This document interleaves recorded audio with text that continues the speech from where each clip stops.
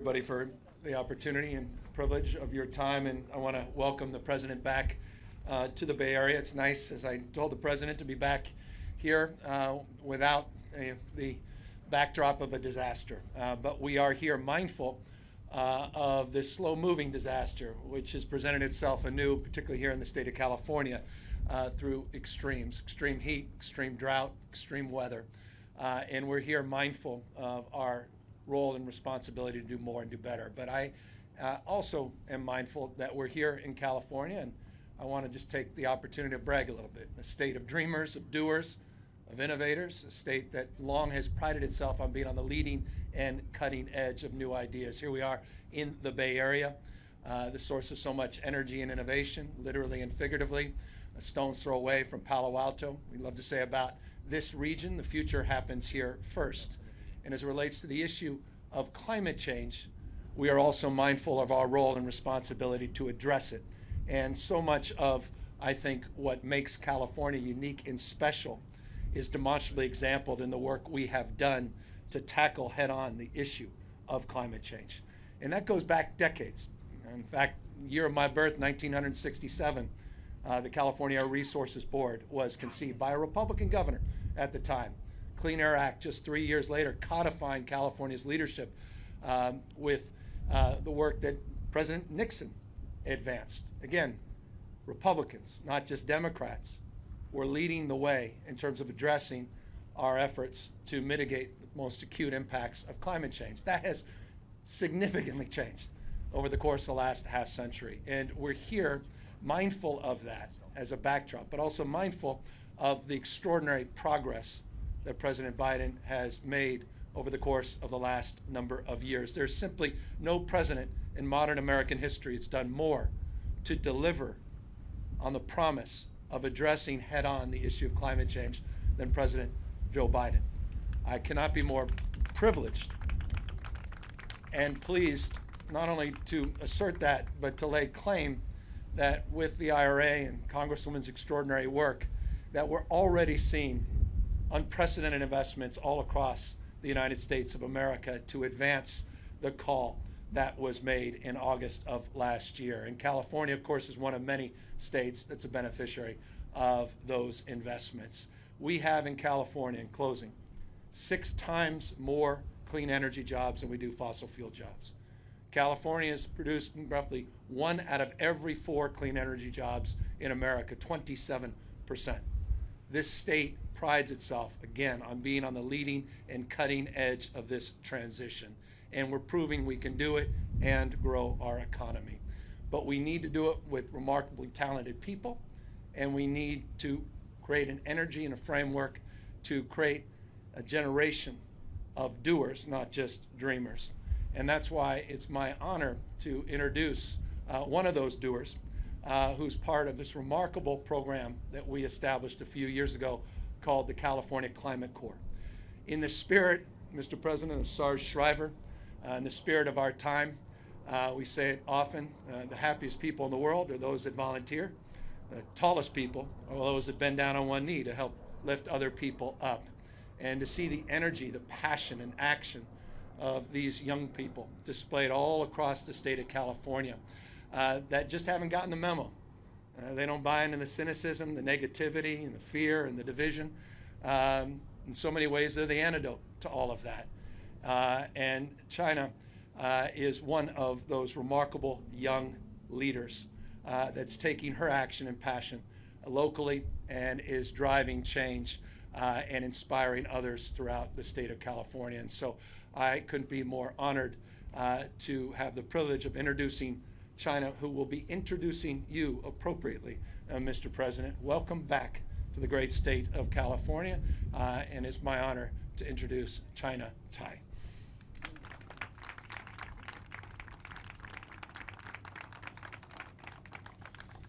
Good afternoon. It's an honor to be here. My name is China Tai. I'm a 2019 UC Riverside graduate. I majored in sustainability studies and grew interested in community-led climate advocacy. I currently serve as an AmeriCorps member and a California Climate Action Corps Fellow at White Pony Express. an organization that is committed to aiding those in need. We help combat climate change and fight food insecurity by diverting fresh, healthy foods from landfills and redistributing it to underserved communities. In other words, we're rescuing surplus food and giving it to the people most in need. Our work also has another important benefit. When we reduce the edible surplus food from ending up in landfills, we're also reducing methane, a harmful pollutant that is a major driver in the climate crisis. Our work took on a new meaning during the recent spate of punishable storms in California. When we helped the unhoused by giving them tarps and other necessities,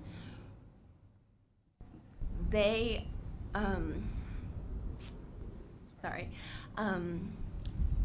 of the recent storms, they lost everything they owned. So when we help the unhoused through the treacherous storms, that is a part of us taking action and helping those in need. So you see, Californians live in the consequential crisis of the climate.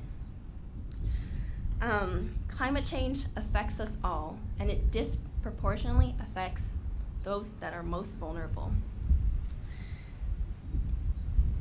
For my generation, this is the issue of our time. So that's why I am so proud that we have a commander-in-chief that believes this to his core. He understands that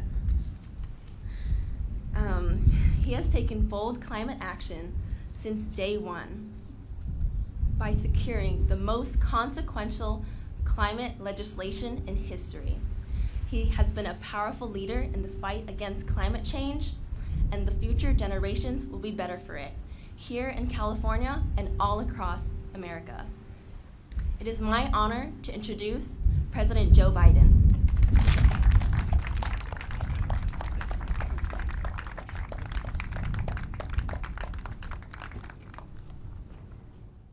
Thank you, China, for that introduction.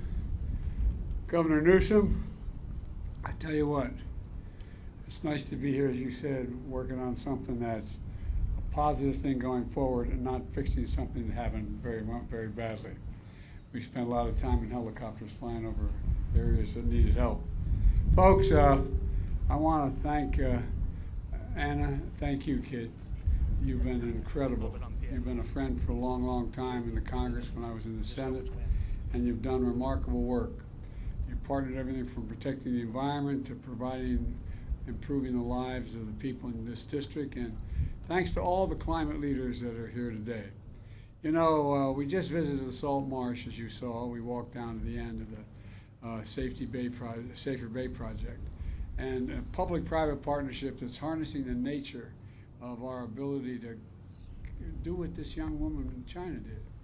You know, I always say, and I mean it sincerely, I've been around a long time in public life. I got elected when I was about your age, when I was 28 years old. And you know what? I've never been more optimistic. You and I were talking about that privately. I swear to God, I've never been more optimistic in my life. And the reason I'm optimistic is because of this generation. It's the best educated, the most engaged, the most involved, and the most consequential. They're in. Governor was telling me about when they announced the program, there's 3,000 slots and about 10,000 people immediately signed on, tried to sign on. Well, look, these wetlands act as a critical buffer between the rising tides and the communities at risk, protecting homes, property, and infrastructure against flooding. They also absorb carbon dioxide from the air, and we're right next to Route 101, and where cars and trucks emit a lot of carbon pollution. What we're seeing here is an amazing success story of how you can work together to make our communities more climate resilient. It matters. It matters. Resiliency matters. You know, I've toured many sites across the country that clearly show climate change is a genuine, is the existential threat to humanity. The existential threat to humanity. Here in California, the governor, you and I stood together with first responders near Monterey Bay after touring the damage that was done. The devastating storms caused historic flooding that killed 21 people.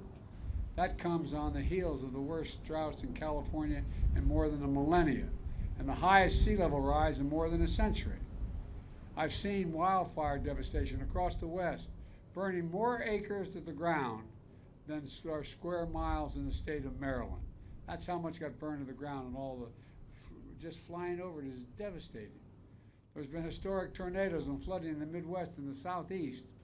And just last week across the East Coast and Midwest, we saw what you've already seen here in California. Millions of Americans sheltering indoors. The air not safe to breathe, orange haze covering the sky. It's incredible. By the way, to address those wildfire smoke that's coming from Canada, we're sharing cutting-edge technology that's already used here in California to help detect early fires and help them in sending, in addition to that, firefighters and tankers as well. Folks, the impacts we're seeing in climate change are only going to get more frequent and more ferocious and more costly.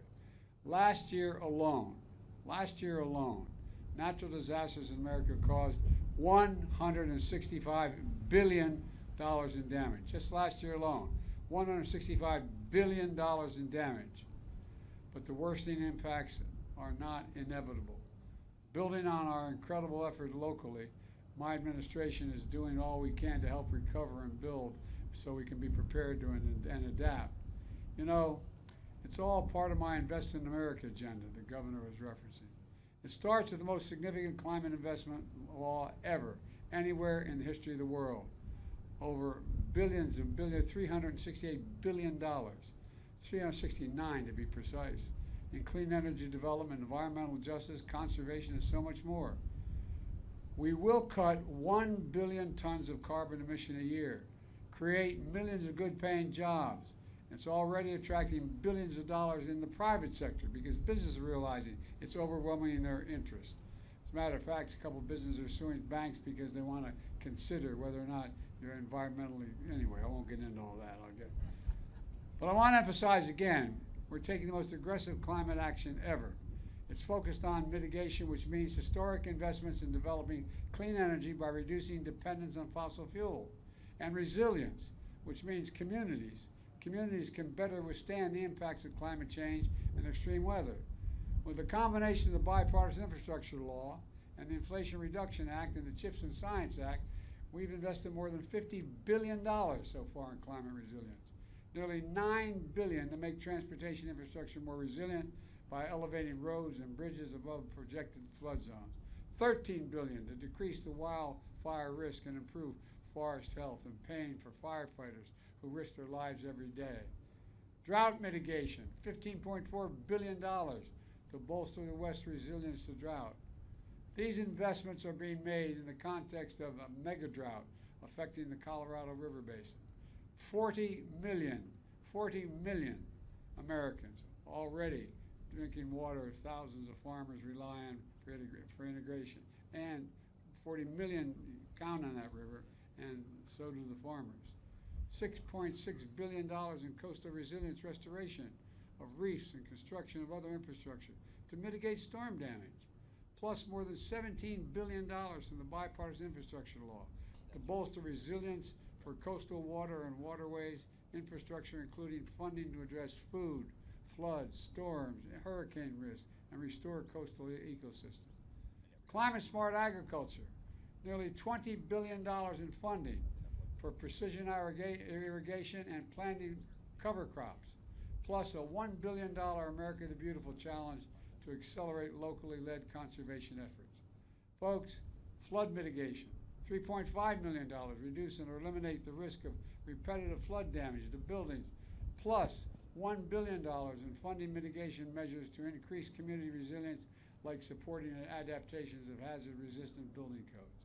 And maybe most important, I've committed that by 2020, we will have conserved 30% of all the lands and waters the United States has jurisdiction over, and simultaneously reduce emissions to blunt climate impacts. We're on our way. Conservation, land and water, we put more in conservation of land and water than any president in the history of the United States since but John Kennedy. We're leading the way in Palo Alto and East Palo Alto and to Bellhaven. For instance, a local nonprofit called Climate Resilient Communities gives community, thank you. Are you all part of that? Thank you. Gives members a voice in planning and adaptation. I'm here today to announce that we're putting our critical climate investment to work. Folks, first, starting tomorrow, the Department of Commerce will launch the first and largest competitive climate resilience regional challenge to provide $600 million to coastal and Great Lake communities that are building projects to protect against impacts of climate change from sea level rise, flooding, and storm surge. We're investing in the people and places that have been hit the hardest, but who are also on the front lines of leading us forward. Folks, second thing we're doing, the Department of Energy is going to announce that it's investing more than $2 billion to modernize our electric grid to be more climate resilient, including more than $67 million starting off in California. That funding can help ensure our electric grid is stronger, that the lights and air conditioning and internet stay on during heat waves and storms and other climate events, so the lights can stay on in hospital operating rooms, nursing homes, and so many other critical care facilities. And third, later this year, we're hosting the first ever White House Summit that convenes local, state, tribal, and territorial leaders focused on climate resilience. It's going to include a roadmap for how these historic climate actions are going to build more climate resilient communities all across America, saving lives and homes, providing peace of mind. This is how we're going to meet the moment. This is how we're going to, unfortunately, some of our MAGA Republican friends in Congress are continuing to try to undo all the progress we've already made in the first 2.5 years.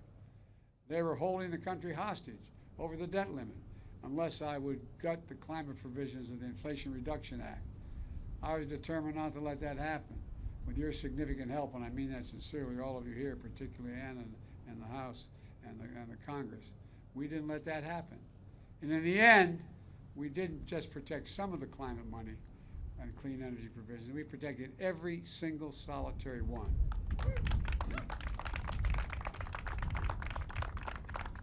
But this ain't your father's Republican Party.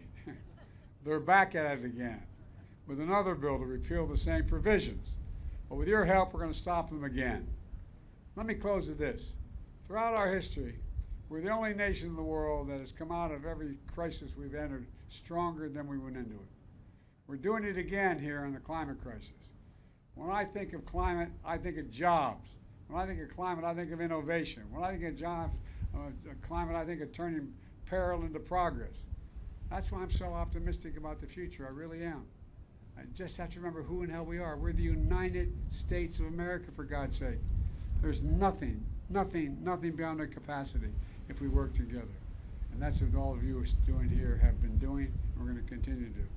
May God bless you all, and may God protect our troops. Let's go get them. Let's get this done.